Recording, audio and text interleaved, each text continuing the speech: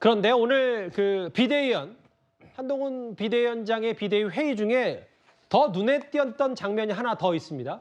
최근 용산 대통령실과 한동훈 위원장 갈등의 중심에 있었던 바로 김경률 비대위원이 화살을 이쪽으로 돌렸습니다. 노무현 시민센터, 노무현 재단의 기념관이 종로와 봉화마을, 서울과 김해 두 군데에 지어졌는데요. 두 군데의 평당 건축비가 서울이 평당 2,100만 원입니다. 김해는 1,660만 원입니다. 제가 회계사 생활이 올해로 27년째인데 평당 2,100만 원짜리 건설비는 들어보지도 보지도 못했습니다. 노무현 재단과 민주당 측은 단 한 번도 저에게 책임있는 답변을 해보지 못했고 꼭 좀 오늘이라도 민주당에서는 저를 명예훼손, 허위사실 적시 명예훼손으로 제발 좀 고소하길 바란다는 간곡한 부탁을 드리고요.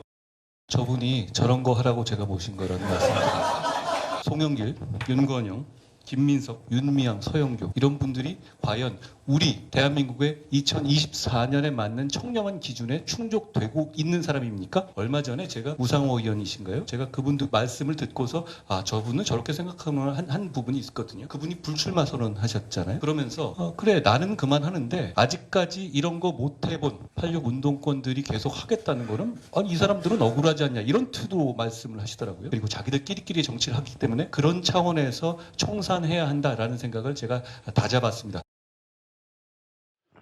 특히 이제 노무현 재단의 건축비 의혹까지 김경률 의원이 좀 보실 것처럼 하나하나 지적하면서 날 민주당이 그러면 고소해라라는 표현까지 있었어요. 이 운동권과 연관이 된 청산해야 될 인물까지 한동훈 위원장도 얘기했고요. 어떻게 보셨습니까?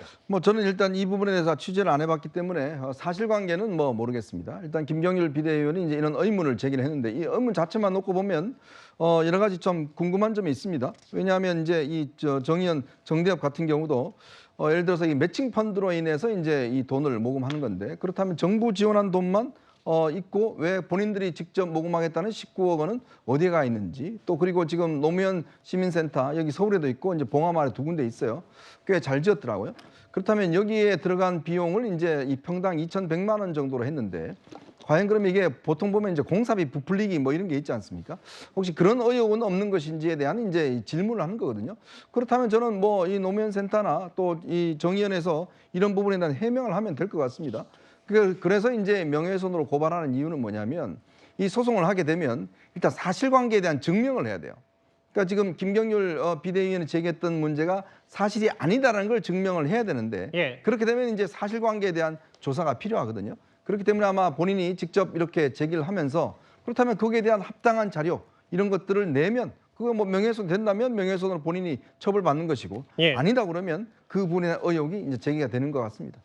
송영길, 윤건영, 김민석, 윤미향, 서영교, 우상호 제가 직함은 생략했지만 이런 운동권 출신 의원들을 하나하나 언급하면서 콕 집어서 청산해야 된다고 했거든요. 제가 당사자들의 생각을 방송 전에 다 들어본 건 아닌데 서지현 의원께서 대표하신다면 결국은 거 봐라. 노무현 재단이든 과거 윤건영 의원의 최근 인턴 비리 의혹이든 뭔가 운동권 세력이 이런 도덕적 K 부분이 많으니까 법적으로 들여다볼 건 들여다봐라. 한동훈 위원장이 콕 집어서 얘기하는데 이 부분은 어떻게 판단하세요? 그러니까 한동훈 비대위원장 얘기하는 거는 이제 조금 이해는 가는데 갑자기 김경률 비대위원까지 거기에 또 얹혀서 이야기하는 건 좀 과하고 저도 이제 아침에 타 방송에서 유승민 의원은 국민의힘 필요 없다. 제2의 유승민은 김경률 의원이 있다고 했는데 취소할게요. 죄송한데 김경률 저분은 제2의 유승민이 아니고 제2의 한동훈이 되어가고 있습니다. 2주 전에 진짜 마리 앙뚜아네트 해서 진짜 김건희 여사를 추잡하고 난잡한 사생활 해가지고 용산에 경고받았지 않습니까? 그러면서 갑자기 쇼펜하우어 명랑 얘기하면서 저렇게 이야기하는 게 명랑하게 살까요? 그리고 특히 도이치모터스 주가 조작 아직 검찰이 수사 중인데 저 부분은 회계사인데도 법률가처럼 수사관처럼 아무 문제 없다고 결론을 내버립니다. 회계 흐름이 괜찮다는 겁니다. 저도 회계 흐름 검찰이 19억 5천만 원 확정 수익 났다는데 그러면 이 19억은 디올백 300만 원이면 한 600개 살 수 있는 것인데 그럼 600개 샀다는 것인지 뭐가 어떻게 해결되고 그 부분은 문제가 그 부분대로도 없든지. 얘기하고 그러니까 용산 대통령실에 쓴소리도 하고 또 이 부분은 가사를 또 동시에 할 수도 있는 거죠. 그러니까 말씀드린 거는 이해는 가는데 명랑히 하려면 한동훈 비대위원장이 우리 운동권 청산이란 했지 않습니까? 그러면 최소한 비대위원 김경률 영입이라면 그 부분보다는 계속 다양한 문제들 미래 여러 가지 아젠다가 있잖아요. 예. 그런 부분을 이야기하면서 명랑하게 하셔야지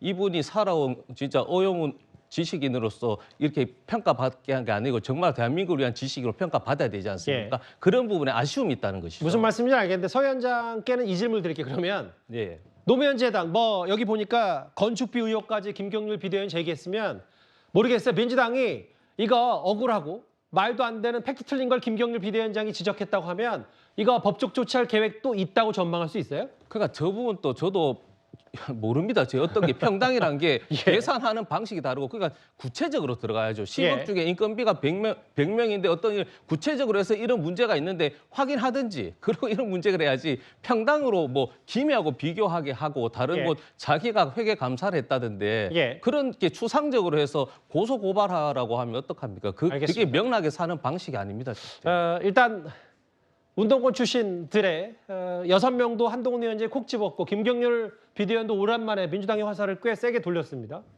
하나만 더 짚어볼게요. 한동훈 비대위원장 정치 신호로서도 정치 개혁을 꽤 많이 외치고 있는데 오늘은 국회의원 월급 얘기를 꺼냈습니다.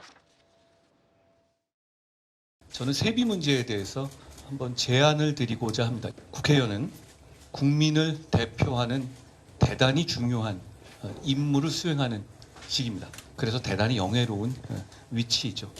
저는 개인적으로 그 임무와 영예에 걸맞는 세비가 지급되어야 한다고 생각합니다. 국민을 대표하는 지역이기 때문에 상징적으로 우리 국민들 중위소득에 해당하는 정도의 액수를 세비로 받는 것이 어떨까 하는 생각을 예전부터 해왔습니다. 제가 당내에서도 충분한 의견을 수렴한 문제는 아닙니다. 의원이 되고자 하는 분들은 단순한 직업이 아니라 국민에게 봉사하고 헌신하기 위해서 이 길에 나선 거기 때문에 이 부분에 대해서 서로 진지하게 얘기해 볼 필요가 있다고 생각합니다. 저에게 김영주 의원님 네. 국회의원 해보셨잖아요. 네. 한동훈 위원장 말 맞다나 이 정도 국회의원 헌신하고 희생하는 자리니까 현실적으로 이 정도 해야 정치개혁, 국민들에게 신뢰받을 수 있는 국회의원이 된다. 동의하십니까? 동의하기 어렵습니다. 물론 뭐 상징적으로 국회는 그럴 예. 수 있지만 더 중요한 것은 보좌관이 너무 많습니다. 아하. 우리나라에. 보좌관이 사실은 5억 1천만 원, 국회의원이 1억 5천만 원 한다 그러면 보좌관의 비용이 만만치 않습니다. 실제로 한 국회의원당 4년 동안 지급되는 액수가 34억 원에 해당된다는 건 과하죠. 그 과한 부분의 핵심적인 것은 너무 지나치게 많은 보좌관 수나 숫자도 9명이지만 이제 그런 부분도 있고요. 지금 또 하나의 문제는 인구가 지방은 줄어들면서 한 지역구가 너무 커졌습니다. 예. 실제로 보면 뭐 하영재 의원 과거 문제 보면 남해, 하동, 사천 그 세 개 지역을 지역 사무소를 열어가야 되는데 16대 이후에 지역 사무소 의원회가 없어서 이 지역은 순수하게 의원 개인의 돈으로 넣어야 됩니다. 사실 그렇기 때문에 물론 뭐 상징적인 의미라고 하는 그런 공감대는 충분히 한동훈 위원장이 무슨 얘기를 하는지는 알겠어요.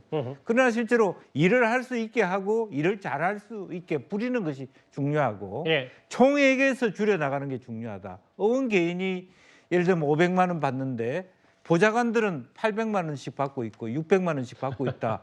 그거 사실은 너무 피상적입니다. 그렇게 되면 보좌관한테 국회의원이 또 돈을 받아야 되는 그런 그 말하자면 불합리한 부분이 있기 때문에 차라리 보좌진 월급을 미국처럼 토탈리 뭐 2억을 준다. 총액으로 했을 때. 총액을 한다든지 그래서 어떤 그 더 합리적으로 국민에게 봉사할 수 있는 구조로 만드는 것이지 국민감정법으로 국회의원 월급을 반 세비를 낮춘다는 것이 대안은 아니다. 저는 그렇게 봅니다. 시간 관계상 뭐 제가 반론 아닌 반론을 하자면 아마 한동훈 위원장 취지는 이런 것도 있을 거예요. 그 내막에는 윤관석 의원이 지금 어제 1심에서 유죄가 나왔는데 그러면서도 세비를 받고 있는 거 아니냐. 이런 근본적인 국회의원의 특권 얘기, 정치개혁의 일환 아니냐.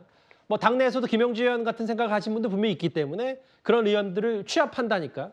정치개혁 시리즈까지 한번 잘 차라리 짚어보도록 저런 하겠습니다. 부분은 정확하게 그렇죠. 재판이 계류 중인 경우는 세비를 못 받게 한다든지 음. 국회법을 개정해서 그렇죠. 아예 가져가는 것이 더 낫다는 것이죠. 한동훈 위원장의 세비 삭감 제안까지 길지 않게 만나봤습니다. 알겠습니다. 이재명 대표와 한동훈 위원장과 이재명 대표의 정책 혹은 말, 설전 이 두 사람의 신경전얘기까지 만나봤고요. 다음 주에는 민주당 안으로 들어가 볼 차례입니다.